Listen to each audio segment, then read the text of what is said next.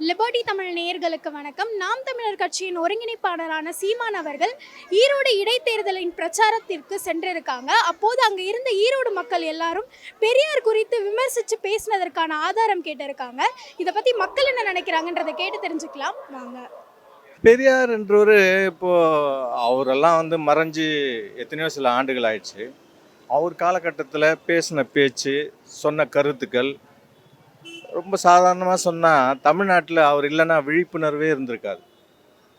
சாதியிலையும் சரி, ஆன்மீகத்துலேயும் சரி. அவர் காலகட்டத்தில் அவருக்கு மேலே அம்பேத்கர் இருந்தார். அதுக்கப்புறம் இது மாதிரி இவங்களுடைய கருத்தெல்லாம் அன்னன்னைக்கு காலகட்டத்தில் சரியாக இருந்தது. இதை காமராஜரே அவர் எதிர்த்து பேசுனதில்லை. ரெண்டு பேரும் வேற வேற இரு துருவங்களாக இருந்தால் கூட காமராஜரே அவரை எதிர்த்து பேசுனதில்லை. ஆனால் சீமான் பேசுகிறாருன்னு கேட்கும் போதும் படிக்கும் போதும் மீடியாக்களில் பார்க்கும் போதும் வருத்தமாக தான் இருக்குது. அவ்வளோ பெரியவரை விமர்சனம் பண்ணுறதுன்றது தத்துக்குட்டின்னு கூட சொல்லலாம். எதனால தான் பெரியார் வந்தீங்கன்னா பார்த்தீங்கன்னா நீங்கள் கீழ் ஜாதிக்காரங்களுக்கோ இல்லை கல்விக்கு இது எல்லாத்துக்குமே அவர் நிறைய விஷயத்துக்கு போராடி இருக்கிறார். அது இப்போ இருக்கிற இந்த அரசியலோ இல்லை இந்த கட்சிங்கிறது சொல்கிறோம் பார்த்தீங்களா, இந்த மாதிரி ஆட்களுக்கு தெரியாது. இப்போ அவங்க அந்த காலத்தில் போராடின அளவுக்கு தான் இப்போ இருக்கிற இது வரலுமே ஒரு கல்வி இப்போ இருக்கிற எஜுகேஷன் எப்படி போயிட்டுருக்குன்னா வியாபாரமாக போயிட்டுருக்குது. இப்போ அதே அவர் இப்போ ஓரளவுக்கு இந்த ஜாதி இதெல்லாம் இல்லாமல் இருக்குது. ஓரளவுக்கு அந்த இது கொண்டுட்டு வந்துட்டு சரியான்னு சொல்லி கேட்டால், அதாவது இப்போ அவருக்கு சின்ன சின்ன கட்சிகள்லாம் அவர் புறந்தள்ளிட்டார். அவங்களுடைய ஓட்டுகளை எல்லாம் கவர் பண்ணிட்டார். இப்போ விஜய் அப்படிங்கிற ஒரு பிம்பம் வந்துடுச்சு. விஜய் வந்தவனே என்ன சொல்கிறாருன்னு சொன்னால், எனக்கு பெரியார் கொள்கை தலைவர் அப்படிங்கிறாரு. அப்போ அவரை உடைக்க வேண்டிய அவசியம் இருக்குது. விஜயை எப்படியாச்சும் உடைக்கணும் அப்படிங்கிறது இருக்குது. அப்போ அவர் இதை கையில் எடுக்கிறார். அந்த சர்ச்சையான கருத்தை அவர் சொல்லியிருக்க தேவையில்லை. அது ஃப்ளோவில் அவர் சொல்லிட்டார். அது பெரியார் சொன்னதல்ல. நானும் பெரியாருடைய இதெல்லாம் படித்தேன், ஆடியோலாம் கேட்டேன். ஏதோ ஒரு இதில் பேசும்போது அவர் சொல்லியிருக்காரு, உலகத்தில் இப்படியெல்லாம் இருக்குது அப்படின்னு சொல்ல வந்தார். அதை இவர் பேசிட்டார். அது கோர்ட்டில் என்ன சொல்கிறாருன்னு பார்த்துட்டு சொல்லணும். சீமான் மொத்தமாக ஆர்எஸ்எஸ் விலைக்குத்து வாங்கியாச்சு. அவர்கிட்ட எந்த கேள்வியும் எதிர்பார்க்க முடியாது. அவர் வாங்கின அமௌண்ட்டுக்கு அவர் வேலை செய்கிறாரு. புரியுதுங்களா? பெரியார் சொன்னது பிராணத்துலேருந்து எடுத்து அவர் சொன்னது. புரியுதுங்களா? அதை இவர் சொல்கிறாரு. சூத்திரன்னு சொல்லிட்டு அவன் சொன்னதுக்கு இவர் கேள்வியெலாம் கேட்க மாட்டார். புரியுதுங்களா? ஏன்னா இவர் சூத்திரன்றதை அங்கீகரிக்கிறாரு. நம்மளை பைத்தியக்காரன் ஆக்கக்கூடாது. சீமான் சொல்கிறது எல்லாமே பொய்யும் பித்தலாட்டமும் தான். புரியுதுங்களா? சீமானை ஒரு காலத்தில் தமிழ்ன்ட்டு அவங்ககிட்டருந்து நல்ல நிதியை வாங்கிட்டார். நிதி ஆதாரத்தை வாங்கி அது மூலயமா கொஞ்சம் கட்சி வளர்ந்த பிறகு இப்போ ஆர்எஸ்எஸில் மொத்தமாக அடகு வச்சு ஒரு அமௌண்ட்டை வாங்கி எல்லாத்தையும் பார்க்குறாரு. அவ்வளோதான். பிஜேபி கிட்ட மொத்தமாக அமௌண்ட் வாங்கிட்டு தமிழருக்கு எதிரான நிலைப்பாட்டில் உறுதியாக இருக்கார். அவர் திராவிடன்னு சொல்கிறதெல்லாம் பொய். அதாவது திராவிடன்னு சொல்லிட்டு திராவிடனை எதிர்க்கின்றதெல்லாம் பொய். திராவிடனை எதிர்க்கிறன்றத விட தமிழர் எதிர்க்கிறாரு. திராவிட இனத்தை எதிர்க்கின்ற மூலமாக தமிழர் எதிர்த்தா தான் அவருக்கு அவங்க என்ன ஃபண்ட்ஸ் கொடுக்க முடியும். இதை என்ன பண்ணுவார், உடனே கத்தி பேசுவார். அப்படியே இவர் தான் உண்மையை பேசுகிற மாதிரி அப்படியே ஆதாரபூர்வமாக சொல்லுங்கள். நிரூபிப்பியான்னு. என்னத்தை நிரூபிப்பியா? நீ சொல்கிற கருத்தை நீ நிரூபியான்னா அதை நிரூபிக்க மாட்டேன், நீ பொது உடைமை ஆக்குன்னுவார். அது சீமானுடைய நோக்கமே ஒரு கலவரத்தை உருவாக்க வேண்டும். பெரியாரை பற்றி அதிகமாக ஒரு சென்சிட்டிவான பிரச்சனை. பெரியாரை பற்றி நம்ம ஏதாவது தப்பாக நம்ம பேசிட்டோம்னு சொன்னால் மக்கள் ஒருத்தர்லேனாலும் ஒருத்தர் கோபத்தை உருவாக்கி பெரிய கலவரம் உருவாக்கி அந்த கலவரம் மூலமாக சட்ட ஒழுங்கு கெட்டுவிட்டதுன்னு சொல்லிட்டு அவருடைய நண்பர்களிடம் சொல்லி இந்த ஆட்சியை கலைத்து விட்டு திரும்ப தேர்தல் நடத்தலாங்கிற ஒரு நிலையிலெல்லாம் அவர் இருக்கிறதுக்கான வாய்ப்புகள் இருக்குது. காரணம் ஏன்னா சீமான் போகிற இடமெல்லாம் கலவரமாக இருக்கிறது. ஒரு இடத்துல சீமான் வீடு ஒரு உணர்வாளர்கள், பெரியார் உணர்வாளர்கள் சீமான் வீட்டை முற்றுகையிட வருகிறார்கள் என்று சொன்னால் அவர்களுக்கு ஒரு போலீஸ் பாதுகாப்பு கொடுப்பார்கள். போலீஸ் பாதுகாப்போடு அதே மாதிரி தலைவர்களும் பாதுகாப்பாக இருப்பார்கள். சீமானையும் பாதுகாக்க வேண்டும் என்று போலீஸ் நினைக்கும். ஆனால் அவர்கள் போராட்டம் ஒரு பக்கம் நடத்தி கொண்டிருக்கும் போது தொண்டர்களெல்லாம் கூட்டி வைத்து கொண்டு கறி சமைத்து சாப்பிட்டு கொண்டிருக்கிறார்கள் என்றால் இவர் ஒரு திமிருத்தனமான பேச்சாக இருக்கும்.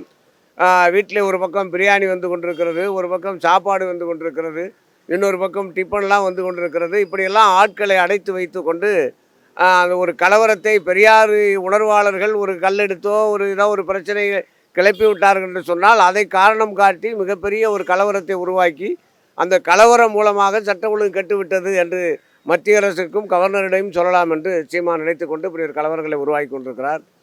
என்னை பொறுத்தவரையிலும் அரசியல் பண்ணணும்னா பெரியாரை தூக்கி வச்சு பேசினா தான் அரசியல் பண்ண முடியும். பெரியார் இழிவாக பேசினா அரசியல் பண்ண முடியாது, ஓட்டு வாங்க முடியாது, மக்கள்கிட்ட நல்ல பேர் எடுக்க முடியாது. சீமான் வந்து சுயேட்சையாக பேசுகிறாரு, புரியுதுங்களா? அது வந்து ரொம்ப அவருக்கு தான் பேச தெரியுன்ற மாதிரி அவர் பேசுறது தப்பு. அது பொதுமக்களை பாதிக்கக்கூடாது. அவர் பேசுகிறார், பொதுமக்களை பாதிக்கிற மாதிரி பேசுகிறாரு. இப்போ நான் கூட திராவிட இயக்கத்துலேருந்து வந்தவன் எனக்கு கூட தெரியும், பெரியார் மேலே பற்றுள்ள வந்தான். ஆனால் அவர் வந்து இது மாதிரி பேசினா நான் எப்படி அவருக்கு ஓட்டு போட முடியும்? சொல்லுங்கள் பார்க்கலாம். இப்போது காந்தியை வந்து ஏதாவது பேசிட்டோன்னு வச்சுங்களேன், யாருக்காவது கோவம் வருமா? கோவம் வந்தால் ஆகணும். இப்போ நமக்குள்ளே பேசிக்கலாம், வெளிநாட்டுக்காரன் பேசினா நம்மளுக்கு கோவம் வந்துடும் இல்லையா? அது மாதிரி அவங்க ஊருக்காரை வந்து அவங்க பேசும்போது, ஒரு பொதுநலவாதியை பேசும்போது, ஒரு பெரியவரை பேசும்போது, பல கருத்துக்களை வந்து நல்ல விதமாக மக்கள்கிட்ட சேர்த்தவரை பேசும்போது கோபம் வர்றது இயல்பான ஒரு விஷயம் தானே. அப்படி தான் நான் பார்க்குறேன். அங்கே ஒரு கலவரத்தை உருவாக்குற நிலையிலே தான் இருந்து கொண்டிருக்கிறார்.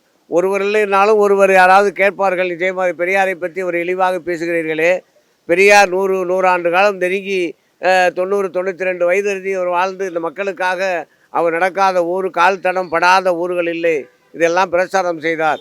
பெரியார் யாராவது அவருடைய ஊர்வலங்களிலே அவருடைய பேசுகின்ற பொதுக்கூட்டங்களிலே யாராவது கல்லெறிந்தால் கூட, யாராவது செருப்புகள் எரிந்தால் கூட அந்த செருப்பை எடுத்து பத்திரப்படுத்தி வை, இன்னொரு செருப்பு எங்கேயாவது கிடக்கும், அதை எடுத்து யாராவது ஒரு ஏழைக்கு அந்த செருப்பு பயன்படும் என்று சொல்லுகிறவர் தான் பெரியார். பெரியாரை பற்றி இவருக்கெல்லாம் என்ன தெரியும்? பெரியார் எவ்வளோ பெரிய ஒரு கள்ளுக்கடை மது ஒழிப்பு திட்டத்தை மகாத்மா அறிவிக்கின்ற பொழுது கிட்டத்தட்ட 50,000க்கும் மேற்பட்ட பனைமரங்களை வெட்டி அந்த கல் இறக்குற நிலையை தடுத்தவர் தான் பெரியார் அவர்கள். பெரியாரை பற்றி சீமான் போன்றவர்கள் நேற்று பேஞ்ச மலையில் நேற்று சினிமாவில் இருந்து விட்டு இன்றைக்கி வந்து ஏதோ இளைஞர்கள் நம்ம பின்னாடி 10 பேர் இருக்கிறார்களே என்பதற்காக ஏதேதோ பேசி கொண்டிருக்கிறார். ஆனால் அவர் பேசுவதெல்லாம் ஒன்றாக பொய் என்று சொல்கிறது. பிரபாகரன் மேதகு பிரபாகரன் கூட அவரால் பழகினேன், அவருடைய சாப்பிட்டேன், அவருடைய வாழ்ந்தேன் என்றெல்லாம் சொன்னவர் இப்பொழுது அதை நான் தவறாக சொல்லிவிட்டேன் என்று சொல்லுகிறார்.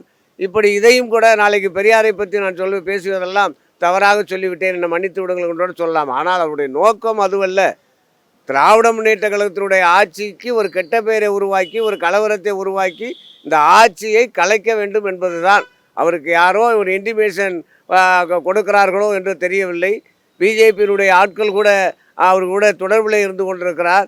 ஏனால் அவர் பேசுகிற பேச்சுக்கெல்லாம் பிஜேபியிலிருந்து சப்போர்ட் வருகிறது, அண்ணாமலை அதுக்கு ஆதரிக்கிறார். இப்படி ஒரு நிலை இருக்கின்ற போது கண்டிப்பாக அவர் கலவரத்தை உருவாக்குவதற்கு அவர் தீக்குச்சியாக இருப்பாரோ என்று சந்தேகம் வருகிறது. ஈரோடு பெரியார் பிறந்தம் பண்ணு கேட்க தானே செய்வாங்க, பெரியார் பிறந்தம் பண்ணு, அதனால் அவங்க கேட்க தான் செய்வாங்க. அது கேட்குறாங்க, அது கொடுக்க வேண்டியது தானே. கொடுக்க மாட்டார் அவர், ஏன்னா ஆதாரம் இல்லை. அவர் எல்லாமே தொடர்ந்து பொய்யை தான் சொல்லிங்கிறாரு. அந்த பொய்யை சொல்லிங்கிறதுனால அவருக்கு ஆதாரம் கிடைக்காது, புரியுதுங்களா?